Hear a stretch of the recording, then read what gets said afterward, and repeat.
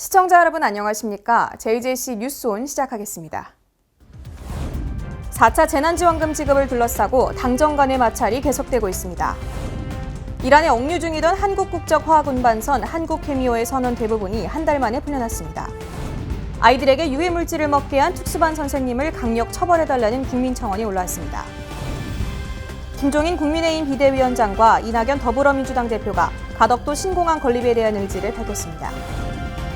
코로나19로 인한 위기 가구가 증가함에 따라 광주시가 기초생활보장제도를 확대 시행합니다. 첫 소식입니다.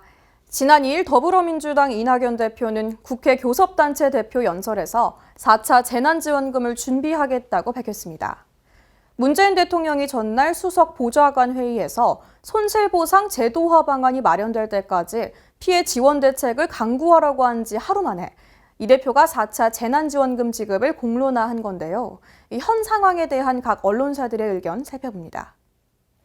먼저 A일보는 이 대표의 4차 재난지원금 공론화는 여러모로 불가피한 측면이 있다며 자영업자와 소상공인을 돕기 위해 당정이 손실보상 법제화를 추진하고 있지만 고려해야 할 사항들이 많아 지원 방안이 확정되려면 상당한 시일이 걸릴 수밖에 없다고 말했습니다. 이어서 B일보는 방역 조치로 벼랑에 몰린 취약계층과 피해계층을 지원하는 건 당연하다고 말했습니다.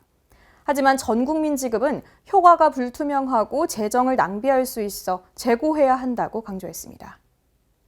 마지막으로 C일보는 홍남기 부총리 겸 기획재정부 장관이 보편 지급에 공개적으로 반대하며 당정 갈등이 재현되고 있는 상황에 대해 정부 여당은 지금이라도 지원의 우선순위를 현명하게 살피길 바란다고 말했습니다.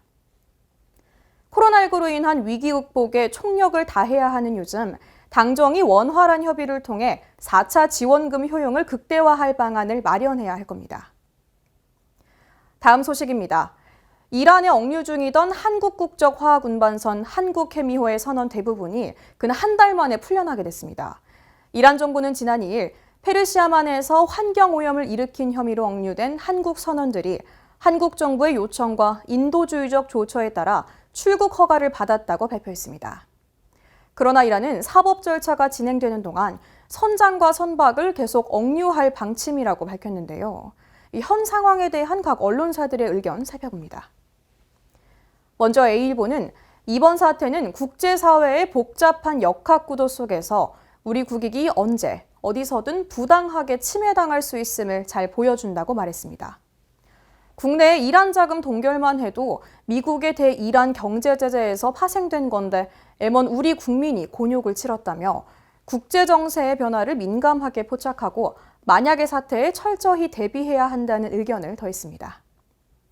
이어서 B일보는 결국 우리 선박 억류 문제가 이란 핵 협상과 맞물려가는 상황에서 미국과 이란의 협상 타결까지 적지 않은 시간이 걸리는 만큼 우리가 마냥 기다려서는 안 된다고 말했습니다. 나아가 정부는 동결 자금을 스위스의 인도적 교역 채널로 이전하는 등의 해법을 미국과 적극 논의해야 한다며 이란이 핵 협상 중재자로 거론한 유럽연합과도 밀착 협력해 해결책 도출에 전념해야 한다고 강조했습니다. 마지막으로 C일보는 중대 고비는 넘겼다 해도 앞으로 남은 과제는 여전하다는 의견을 전했는데요. 선장과 선박은 여전히 이란에 억류된 상태고 당장은 획기적인 동결 자금의 처리 방안도 기대하긴 어렵다며 남은 문제 해결을 위한 외교적 노력은 계속돼야 한다고 말했습니다. 정부 관계부처와 재외공관은 우리와 무관한 국제 분쟁에 휘말리거나 이로 인해 우리 국민이 위험에 노출되는 일이 없도록 예방 외교에도 적극적으로 나설 필요가 있습니다. 하지만 당장은 선장과 선박의 억류 문제를 조속히 해결하고 풀려나는 선원들도 안전하게 귀국시키는 게 먼저겠죠. 국민이 물으면 정부가 답하는 국민청원, 국정 현안과 관련해 누구나 청원을 제기하고 국민 다수의 목소리를 모을 수 있는데요. 20만 명 이상의 동의를 받으면 정부와 청와대 관계자들의 답변을 받게 됩니다. 오늘 소개해드릴 내용은 아이들에게 유해 물질을 먹게 한 특수반 선생님을 강력 처벌해달라는 청원입니다. 지난해 11월 서울의 한 유치원 교사가 원화급식에 모기기피제와 계면활성제 성분이 들어있는 액체를 넣은 것으로 알려져 공분을 산 가운데 가해자를 엄벌해달라는 청와대 국민청원이 올라왔습니다. 자신이 해당 사건 피해 아동의 학부모라고 밝힌 청원인은 지금까지 밝혀진 피해 아동은 총 17명으로 고작 5세에서 7세밖에 되지 않았다며 늦게 발견됐다면 아이들이 목숨을 잃었을 수도 있는 중대한 사건이라고 지적했습니다.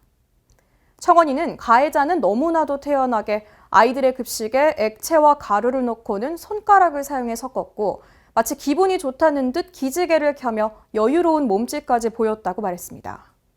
이어 범행에 대한 초조함은 찾아볼 수 없었고 너무나도 자연스러운 범행 모습에 경악을 금치 못했다고 분통을 터뜨렸습니다. 청원인은 급식을 먹은 아이들이 동시다발적으로 두통, 코피, 복통 등의 알레르기 반응을 일으켰다며 급식을 먹지 않은 아이들에 비해 알레르기 지수가 14배 높게 나왔다고 전했습니다. 끝으로 청원인은 끔찍한 범행을 저지른 가해교사가 제대로 된 처벌을 받고 파면돼 다시는 교직으로 돌아올 수 없도록 강력한 조치를 내려달라고 호소했습니다. 해당 청원에는 8일 오후 1시를 기준으로 약 3만 9천여 명이 동의했습니다. 이어서 국회 소식입니다. 이낙연 더불어민주당 대표가 지난 2일 4차 재난지원금 관련 맞춤형 지원과 전국민 지원을 함께 준비하겠다는 뜻을 밝혔습니다. 하지만 이 대표의 발언이 있기 하루 전 비공개로 이뤄진 당정청 회의에서 재난지원금을 둘러싼 당정의 마찰이 있었습니다. 지난 2일 국회 교섭단체 대표연설에서 이낙연 당대표의 재난지원금에 관한 언급이 있었습니다. 4차 재난지원금을 준비하겠습니다. 늦지 않게 충분한 규모의 추경을 편성토록 하겠습니다. 추경 편성에서는 맞춤형 지원과 전국민 지원을 함께 정부와 협의하겠습니다. 하지만 이낙연 당대표의 발언이 있기 하루 전 1일 비공개로 이뤄진 당정청 회의에서 재난지원금을 둘러싼 당정의 마찰이 있었습니다. 해당 회의에서 김태년 더불어민주당 원내대표는 보편과 선별을 모두 담은 4차 재난지원금 지급을 했으면 좋겠다며 기재부가 협조해달라는 의견을 밝혔습니다. 하지만 이에 대해 홍남기 경제부총리는 어렵다는 뜻을 밝히며 20여 분간 비공개로 이뤄진 회의에서 당정은 팽팽한 기싸움을 벌였습니다. 당정청 회의 이튿날인 2일 이낙연 대표가 국회 교섭단체 대표연설에서 선별 보편 지원 동시 협의론을 밝힌 지 4시간 만에 홍 부총리는 개인 SNS를 통해 반대 의사를 밝혔습니다. 다음 날인 3일 민주당 의원들은 홍 부총리를 향해 십자포화를 쏟아부었으며 홍 부총리가 물러나야 한다는 의견도 나온 상황입니다. 1차 재난지원금 문제를 두고도 넉넉한 지원을 요구하는 여당과 그만큼의 재정은 부족하다는 기획재정부가 충돌했는데요. 이와 같이 여당과 기획재정부는 재정 문제를 둘러싸고 반복적으로 충돌하고 있습니다. 정부가 반대하는 재난지원금 지원, 하지만 여당은 계속해서 밀어붙이고 있습니다. 일각에서는 다가오는 재보궐선거의 표심 잡기를 위한 포석이 아닌지 의문도 제기하고 있습니다. 서울시장 보궐선거 후보로 나선 국민의당 안철수 대표가 무소속 금태섭 전 의원과 단일화 경선을 하기로 했습니다. 이는 앞서 지난 1일 금태섭 전 의원이 제3지대 경선을 제안한 데 따른 것으로 보입니다. 지난 3일 안철수 국민의당 대표가 서울시장 재보궐선거 관련 기자간담회를 열었습니다.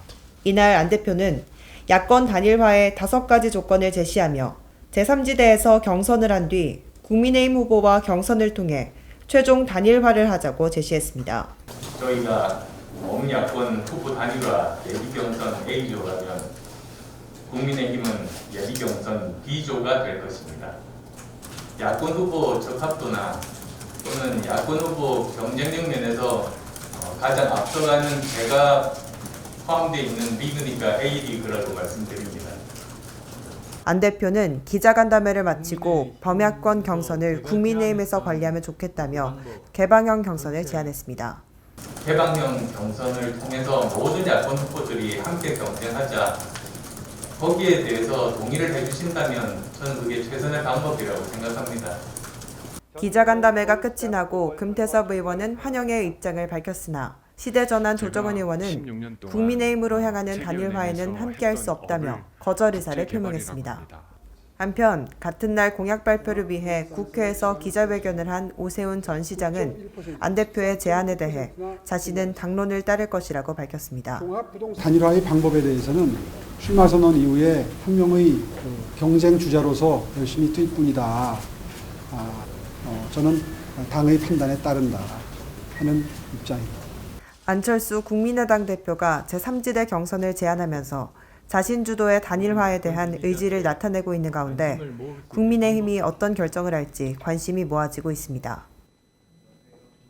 김종인 국민의힘 비상대책위원장과 이낙연 더불어민주당 대표 등이 연일 부산을 찾아 가덕도 신공항 건립에 대한 의지를 밝혔습니다. 지난 1월 21일과 29일에 부산을 방문한 이낙연 당대표에 이어 1일 김종인 비대위원장도 부산을 방문했습니다. 4.7 재보궐선거를 앞두고 여야 대표급 정치인들이 가덕도 신공항 특별법 통과에 관해 적극적인 지지 의사를 표명했습니다. 저희 민주당은 부산 시민 여러분께 더 이상의 희망 고문을 드리지 않겠습니다. 가덕 신공항 특별법을 2월 임시국회에서 반드시 처리할 것임을 거듭 약속드립니다. 당초 가덕도 신공항 특별법에 대해 이렇다 할 반응이 없던 국민의힘은 더불어민주당의 행보에 야권의 위기론까지 거론됐는데요. 이에 국민의힘 김종인 비상대책위원장이 직접 부산을 방문해 가덕도 신공항 특별법에 대한 지지 입장을 표명했습니다.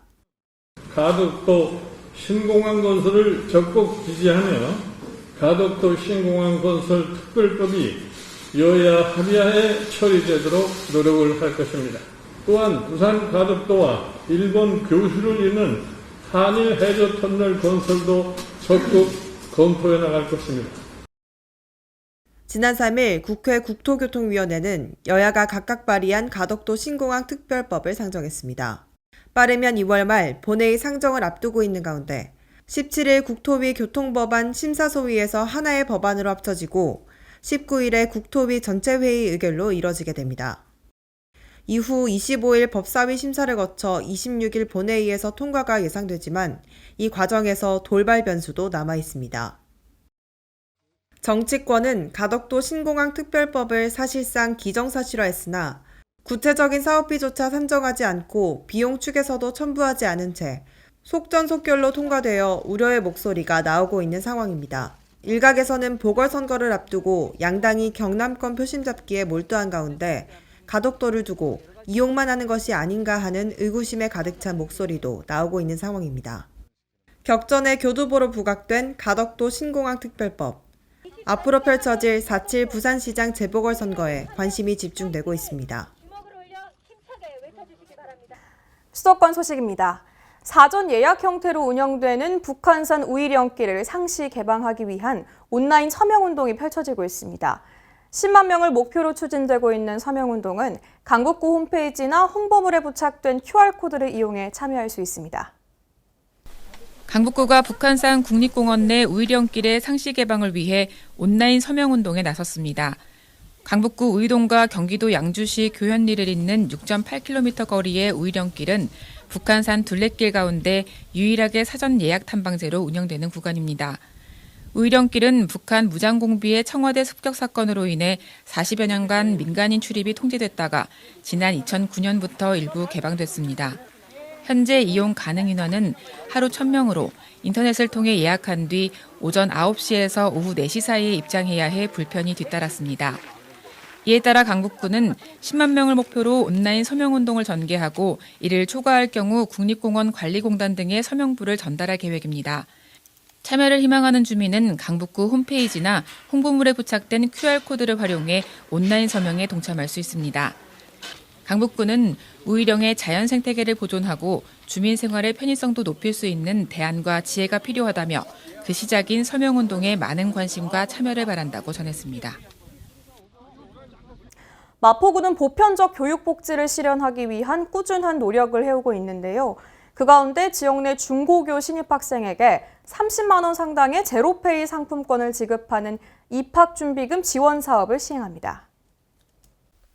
마포구가 올해부터 교육의 공공성을 강화하고 보편적 교육 복지를 실현하기 위해 기존의 무상교복 정책을 더욱 확대한 입학준비금 사업을 시행합니다. 입학준비금 사업은 서울시 교육청 및 서울시가 25개 자치구와 협력해 중고등학교 신입생을 대상으로 30만 원 상당의 제로페이 상품권을 개별 지급해 입학 준비에 필요한 물품을 자율적으로 직접 구매할 수 있도록 하는 사업입니다. 마포구는 입학준비금으로 학습용 모바일 기기의 구매가 가능해 코로나19로 인해 온라인 활용 수업이 급증하는 상황에 맞춰 학생들에게 실질적 도움을 제공할 수 있을 것으로 기대됩니다. 지원 대상은 올해 마포구 지역 내 소재 중고등학교에 입학하는 신입생입니다. 입학 시 각 학교에서 접수가 이뤄질 예정입니다. 의왕시는 시청 대회의실에서 김상돈 시장과 박형구 시의원, 관련 전문가 및 관계 공무원 등 20명이 참석한 가운데 고령 친화도시 조성을 위한 연구용역 착수보고회를 개최했습니다. 이날 보고회는 빠르게 진행 중인 고령사회를 대비하여 어르신뿐 아니라 모든 세대가 다 같이 행복한 복지정책을 마련하고자 세계보건기구에서 제시한 영역별 세부 실행과제에 대해 의왕시 특성에 맞는 추진 방안을 검토하고 더 나아가 WHO 고령 친화도시 국제 네트워크 가입 승인 방안을 논의하기 위해 마련됐습니다. 고령 친화도시란 어르신이 건강하고 활력 있는 사회생활을 영위할 수 있도록 정책, 인프라, 서비스 등이 조성된 도시로 궁극적으로는 어르신을 비롯한 전 세대가 다 같이 살기 좋은 환경이 조성된 도시를 말하는데요. 현재 WHO 고령 친화도시 네트워크에는 뉴욕, 런던 등 해외 주요 도시가 가입되어 있습니다. WHO 고령 친화도시 국제 네트워크는 어르신 지원 프로그램과 사회 참여 현황, 주거, 교통, 건강 등 다양한 분야의 정책과 향후 글로벌 네트워크 기여 계획 등을 종합적으로 심사하여 최종 가입이 승인되게 됩니다. 김상돈 의왕시장은 고령 친화도시 조성으로 어르신들을 위한 소통, 존중, 여가, 일자리, 건강과 돌봄 등 다양한 영역에 걸친 정책과 더불어 베이비 붐 세대 등 중장년층의 노후를 준비하기 위해 의왕시에 적합한 중장기적인 세부 실행 과제를 수립하여 더욱더 앞서 나가는 복지 행정을 펼쳐나가겠다고 밝혔습니다. 한편 의왕시는 WHO 고령 친화도시 국제 네트워크 가입 승인을 목표로 정책을 수립하여 고령 사회에 대비한 체계적이고 적극적인 복지 서비스를 제공할 계획입니다. 이어서 광역시 소식입니다. 대전시가 청년 커뮤니티 지원 사업을 통해 자신의 삶을 주도적으로 설계해 나가는 지역 청년들의 열정을 응원합니다. 대전시가 2021년 청년 커뮤니티 지원 사업을 추진합니다. 대전시 청년 커뮤니티 지원 사업은 청년들의 자발적인 모임을 유도하고 청년들의 도전과 역량 키움을 도모 활기찬 청년 문화를 만들기 위해 커뮤니티 활동비와 사업비를 지원하는 사업입니다. 지원 대상은 만 18세에서 39세의 청년 3인 이상으로 구성된 커뮤니티일 경우 가능하며 지원 분야에 따라 50만 원에서 200만 원까지 총 60개 팀을 지원합니다. 또한 지원 금액은 모임에 필요한 회의비, 학습비, 행사 진행비 등 활동과 사업에 필요한 비용으로 사용할 수 있습니다. 신청 기간은 2월 8일부터 17일까지며 대전시 청년활동공간 청춘 두두두를 방문하거나 우편 또는 이메일로 신청하면 됩니다. 보다 자세한 사항은 청춘광장 홈페이지를 확인해 보시기 바랍니다. 여행에서 가장 중요한 것 중 하나가 바로 이동수단인데요. 대전시가 이동수단 걱정 없이 대전의 명소들을 찾아갈 수 있는 대전 관광택시 서비스를 시행합니다.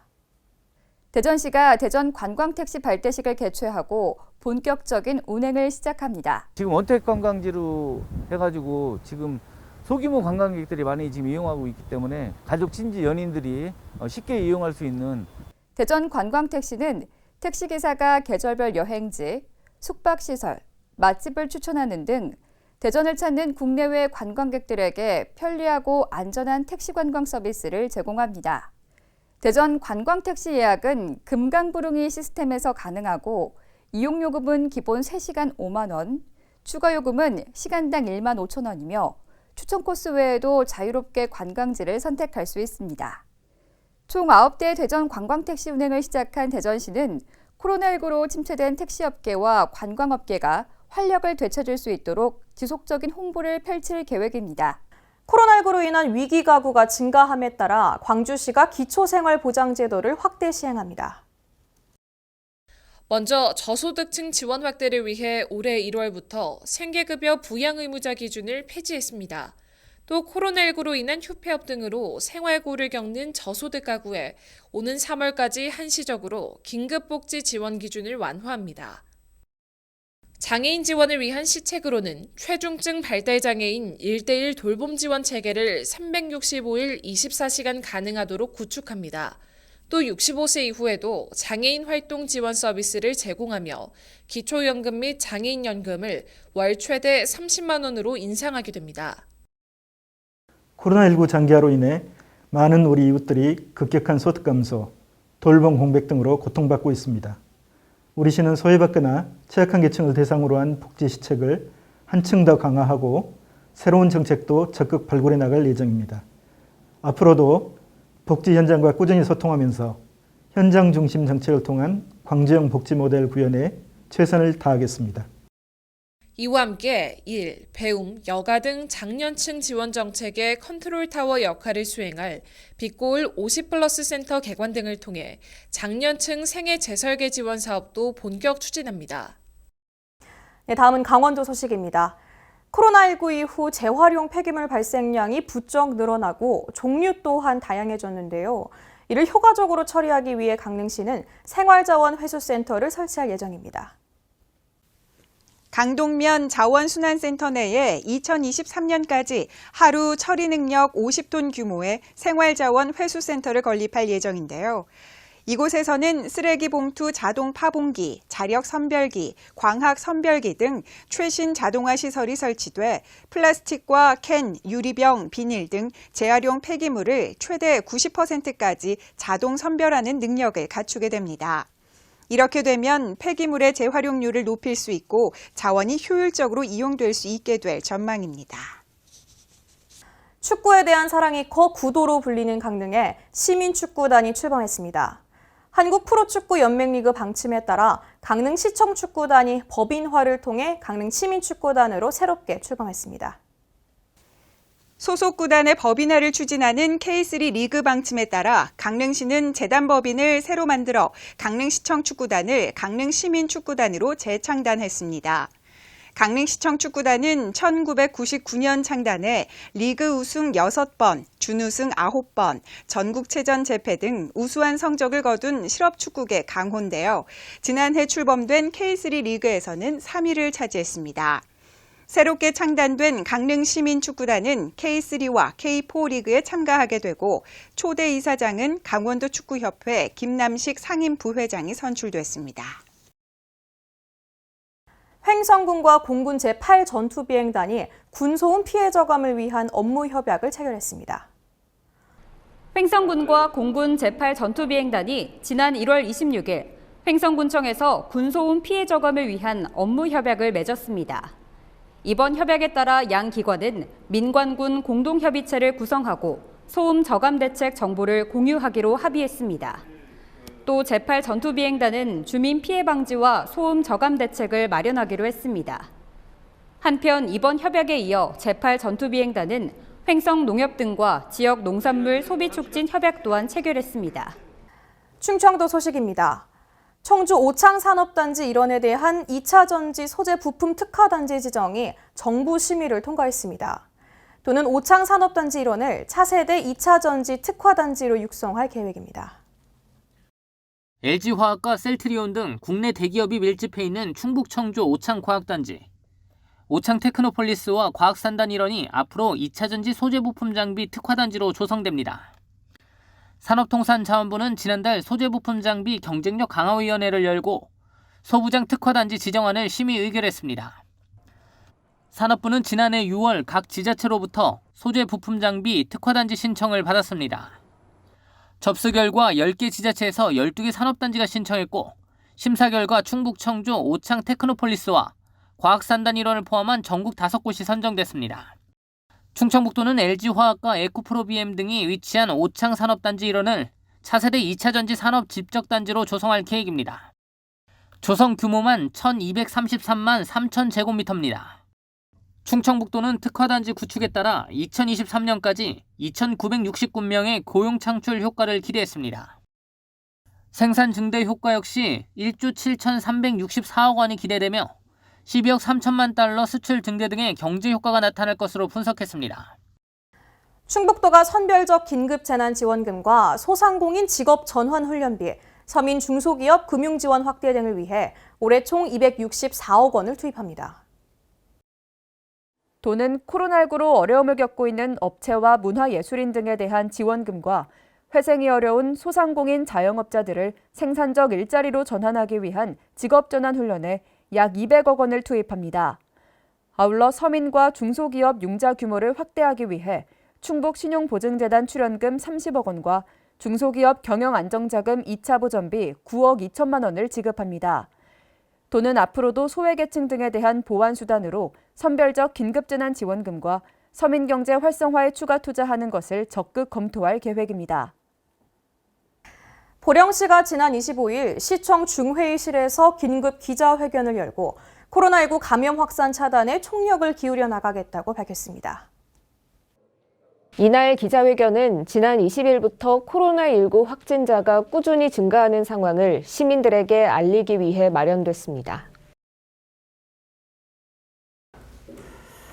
앞으로 이러한 일이 다시는 재발되지 않도록 공직기강을 더욱 확고히 다잡고 방역수칙 위반 공직자에 대하여는 일벌백계하는 무관용 원칙을 확립해 나가도록 하겠습니다. 시는 현재 정밀 역학조사를 통해 739명의 예방적 검사를 완료했으며 추후 확진자의 동선을 정확히 파악하는 등 코로나19에 적극적으로 대응하고 있습니다.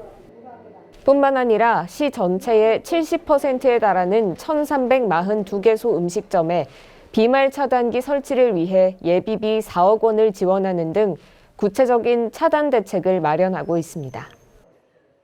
보령시는 앞으로 신속한 백신 접종을 위한 사전 준비에 총력을 다하며 코로나19 확산 차단을 위해 최선을 다한다는 방침입니다.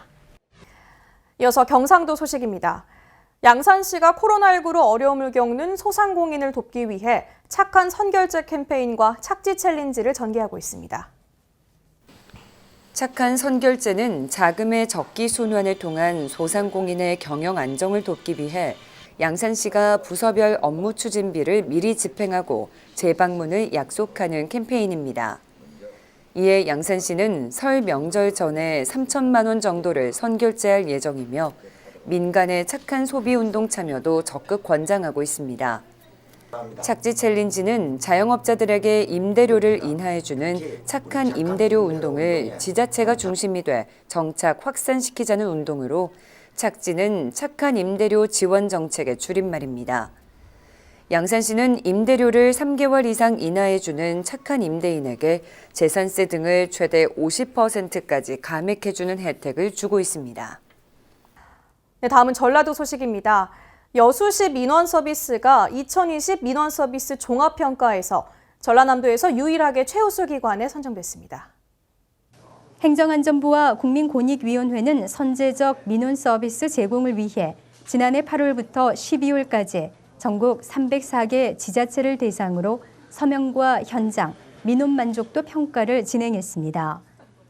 우리 시는 민원 제도 운영, 고충 민원 처리, 민원 만족도 등에서 높은 점수를 받아 전라남도에서 유일하게 최우수 기관에 올랐습니다. 남원시는 대중교통 소외 지역 주민의 실질적 이동권 보장을 위해 운행해온 행복 콜택시를 확대 운행한다고 밝혔습니다. 보도에 황인아 기자입니다. 남원시가 대중교통 소외 지역 주민의 실질적 이동권 보장을 위해 운행해온 행복 콜택시를 올해도 확대하여 운행합니다. 행복 콜택시는 기존 운행 대상 지역을 확장하고 현재 170개 마을로 확대 운행을 실시하고 있습니다. 올해에는 월 이용 횟수를 5회에서 10회로 상향 조정하면서 마을 주민들이 전보다 자유롭게 행복 콜택시를 이용함으로써 이용 실적이 높아질 것으로 전망하고 있습니다. 남원시 관계자는 면지역 학생과 어르신 등 교통약자를 위한 맞춤형 교통복지 정책을 통해 대중교통 이용 불편을 최소화를 위해 최선을 다하겠다고 말했습니다. 지금까지 전북에서 황인아였습니다. 무주군이 지난 2일부터 읍면 전통시장에서 설맞이 장보기 행사를 개최했습니다. 이번 장보기 행사는 6일까지 설천, 안성, 무주시장에서 코로나19 예방을 위해 마스크 착용과 악수 금지 등 방역수칙을 준수하면서 진행됐습니다. 보도에 황인아 기자입니다. 무주군이 이번 달 6일까지 살청과 안성, 무주시장에서 장보기 행사를 진행합니다. 황인홍 군수는 10% 할인된 금액으로 구입한 무주사랑 상품권으로 장바구니 두둑하게 챙겨보시라며 상인 여러분도 좋은 물건, 정이 넘치는 흥정이 있어야 전통시장이 산다는 마음으로 노력해달라고 말했습니다. 이에 상인들은 대목시장도 예전 같지 않지만 그래도 오늘만큼만 활기가 넘쳤으면 좋겠다고 입을 모았습니다. 한편 무주군 설맞이 장보기 행사는 전통시장 이용을 장려하고 지역경제를 활성화시킨다는 취지에서 진행되고 있는 것으로 올해는 코로나19라는 특수한 상황 속에서 시장 상인들을 격려하고 소비를 촉진시킨다는 맥락에서 의미를 더하고 있습니다. 지금까지 전북에서 황인아였습니다. 전북 정읍시 대표 관광지인 내장산 국립공원과 옥정호 구절초 지방정원이 대한민국을 대표하는 한국관광 100선에 선정됐습니다. 특히 한국관광 100선에 선정된 전북 6곳 중에서 정읍시가 유일하게 2곳이 선정되는 영예를 안았습니다. 황인아 기자가 자세한 소식 전합니다. 전북 정읍시 대표 관광지인 내장산 국립공원과 옥정호 구절초 지방정원이 대한민국을 대표하는 한국관광 100선에 선정됐습니다. 산 안에 숨겨진 것들이 무궁무진하다고 해서 이름 붙여진 내장산은 가을철 단풍이 아름다워 옛날부터 조선 팔경의 하나로 불려왔습니다. 이번 선정으로 내장산 국립공원과 구절초공원은 앞으로 2년 동안 대한민국을 대표하는 우수관광지로서 전 세계와 전국의 관광 안내소, 여행관광정보 홈페이지에 홍보되는 등 다양한 혜택을 받게 됩니다. 정읍시 관계자는 대한민국을 대표하는 관광지에 2곳이 선정된 것은 정읍시의 큰 자랑이다며 코로나 블루로 지친 국민들이 우리 고장을 방문해 정읍의 향기를 느끼며 커다란 힐링을 만끽하시길 바란다고 말했습니다. 지금까지 전북에서 황인아였습니다. 사건 사고 소식입니다. 경기도 안양의 한 음식점에서 화재가 일어났습니다. 냉동창고 및 집기비품 일부가 소실됐지만 다행히 인명피해는 없었습니다. 지난 2일 경기도 안양시 관양동 소재의 한 음식점에서 화재 사고가 있었습니다.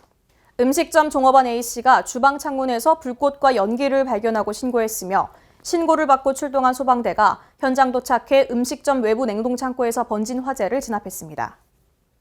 화재 진압을 위해 소방대원 62명과 장비 24대가 동원됐으며 최초 신고 접수 후 완진에는 56분이 소요됐습니다. 지난 4일 파주시의 단독주택에서 화재가 발생했습니다. 이 사고로 60대 남성 1명이 사망했습니다. 지난 4일 파주시 법원읍의 단독주택에서 화재가 발생했습니다. 소방대가 선착했을 때 단층주택은 이미 전소 중이었으며 인근 연소 확대 우려가 있어 내부 진입 활동 및 연소 확대를 저지 실시했습니다. 이후 내부에 진입한 진압대원이 사망 추정되는 피해자 1명을 발견했으며 이는 주택 거주자로 확인됐습니다. 화재 진압을 위해 소방대원 30명과 장비 14대가 동원됐으며 최초 신고 접수 후 완진에는 36분이 걸렸습니다. 연이어 화재 사고입니다. 평택시의 한 폐기물 공장에서도 화재가 발생했습니다. 일부 재산 피해는 있었지만 다행히 인명 피해는 없었습니다. 지난 1일 평택시 청부급의 폐기물 공장에서 화재가 발생했습니다.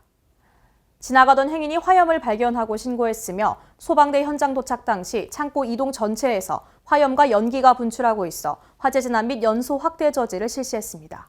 자세한 화재 원인과 피해 상황은 조사 중이며 창고동과 사무동 일부가 소실됐지만 다행히 인명피해는 없었습니다.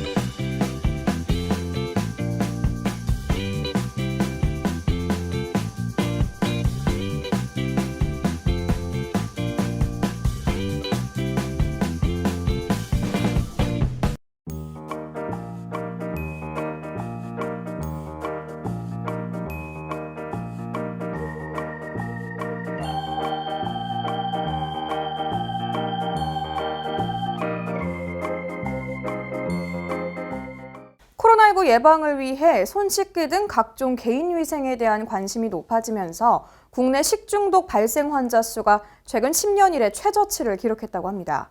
간과하기 쉬운 생활 속 개인위생, 철저히 지키는 게 무엇보다 중요합니다. 이상 뉴스 마칩니다. 시청해주신 여러분 고맙습니다.